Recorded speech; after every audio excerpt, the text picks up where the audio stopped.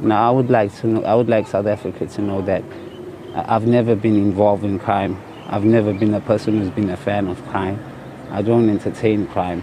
It's just that the addiction, the life that I've put myself in, is the one that's really, hurt me a lot, because for these 3 days, as I was in the holding cells, and I was shaking for my life, I saw that maybe this is my last opportunity in life to turn back to doing good, because most of my life I hurt my parents and I hurt mostly myself. So I would just like to say to South Africa that anybody who thought I was involved in this should know for a fact that I've never done anything wrong. I've never left home. I've always been with my parents, and I've never laid a hand on a woman. I've only got one child in my life. She just finished her matric. So I'm not a violent person. My neighbors know me and everybody, because as the people around my area were saying that there's not an inch that this guy is involved in this. But what can we say?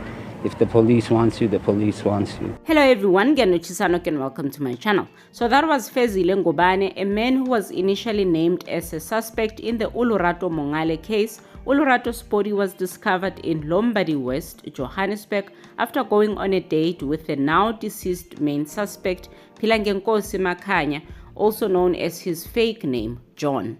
Fezile Ngubane was officially cleared by the police on the 31st of May after his father handed him over to KwaMashu police station the day before.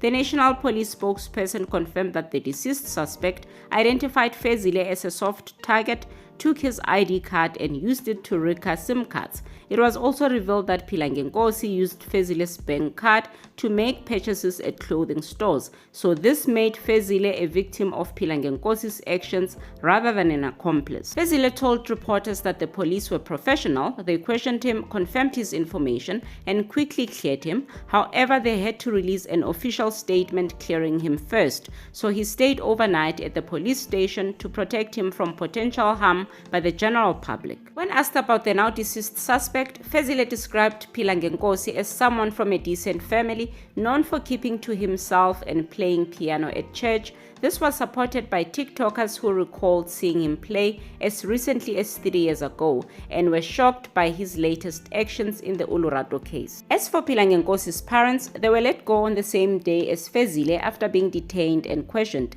His mother was accused of tipping him off about the police search, while the VW Polo involved in the crime belongs to the father. I like how Fezile owned up to his struggles with drug addiction and how it nearly cost him his life. He admitted to being a disappointment to his parents. His story is definitely the epitome of why we should never judge a book by its cover. I mean, that scruffy or unkempt appearance rendered him guilty way before facts were even known. Anyway, big up to his father for handing him over to the police, unlike the mother who allegedly tipped off the criminal son. Uzivumela emzini wakho, uzivumela ukuthi sikwazi ukuxhumana nendodana.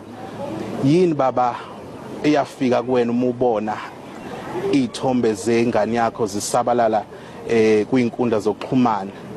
Uthe ungitshelile ukuthi ngangazi ukuthi indodana yami ayiyenzanga lento. Ngenza into eqotho njengomzali ngamnyisa kumaphoyisa. Impela ndodana kube njalo ngoba kuthema ngizwa kuthiwa ngibuka nami nakumabona kude vela kuthiwa ungomunye wesithathu kwabenze lento. Kwangithinta kakhulu kuba uhlale washa imoto nabanye abangani bakhe emgwaqweni wakhona phambi kwethu ekhaya laphana.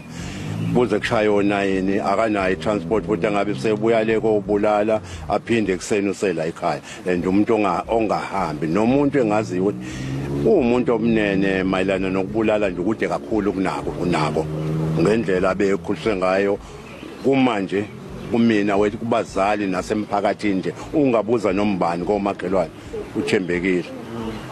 Umama baba ubekhuluma ngokuthi uyafisa ukuthi amaphoyisa angake ume ephenya udaba alibukisise kahle ngaphambi kokuthi aphume eyofuna abasolwa. Uthini ngalolo daba ngendlela nje mhlawumbe njengomndeni niphathwe ngayo? Yebo kona ke asuke nawo eza ngendlela ukuthi afuna ukusizakala abambe igebengu. Kona ke kube likhuni kube buhlungu uma usuthola ukuthi inqumo seyithathiwe ngoba cha ubengafa yena ubengashayeka makufanele ashayeka sebefikile phela manje bayasesha kodwa ke engikubongile kuthema besho bathi angimlethe kuzokhombisa lokho ukuthi nginolwazi lwempilo yengane yami kodwa kufuna ngisheshe ngimlethe ingabi iningi insuku ngempela ngamzama ngolesine ngihluleka ngolesihlanu ngamthola ngase ngimthatha ngimletha khona engikubongayo ibona yena ikakhulukazi ngokuthi abaphathi bakhona emaphoyiseni abanjengomkonasi nengibafithe bamemukela la kade engizombeka khona lapha emaphoyiseni ya ngibonge bonke abangisizile nje kulento ngoba bekunengozi bikhona kuthina bomndeni ukuthi sife. Yini mhlawumbe ufisayo baba ngendodana yakho nimkhulisile nakhulisa nendodakazi yakhe umzukulu wenu yini oyifisayo ukuthi aphole awathola amathuba angcono nempilo engcono? Engikufisayo engathi kulesimo abesebekeke kusona nengikubongayo ukuthi bakwenzile ngoba bathe mabithi ngimlande ngosuku kade ngimlethe ngalo leyo shonela ngathi mina cha kulikhona ukuthi ngamlanda ngoba akakabekeke kubona bakucacisobala kwemedia ukuthi sesimseshile samthola lo muntu akanalwazi lento eyenzekile. Ngiyabonga ke ngoba ngithema ngibatshela nokuba ngizwa abaphethe abanjengomkhwanazi basenzela ukuthi ba-announce baqede kwimedia yazi nayo ngalo muntu wakuthiwa unecala engenayo kwayikhona ngimlandayo besilethela futhi bona ekhaya. Sengicina nje baba kukhona mhlawumbe umlayezo onawo kubazali nomndeni ka Olerato Mongale mhlawumbe ngalesi sikhathi? Impela ngiyezwelana nabo ngomntwana ngoba sinabantwana nje sisuke sinethemba lokuthi ikusasa labo sibafundisa nje ngoba bazosizakala nanxa singasekho emhlabeni kodwa manje abazali bakhe bezwe ubuhlungu ngokuhamba kwakhe ehamba futhi engenacala angizosho njalo ngoba bengenze lutho naku kubonakala ngesimo esekukusona komenzi omenze ukuthi umphefumulo uhlukane nenyama emhlabeni.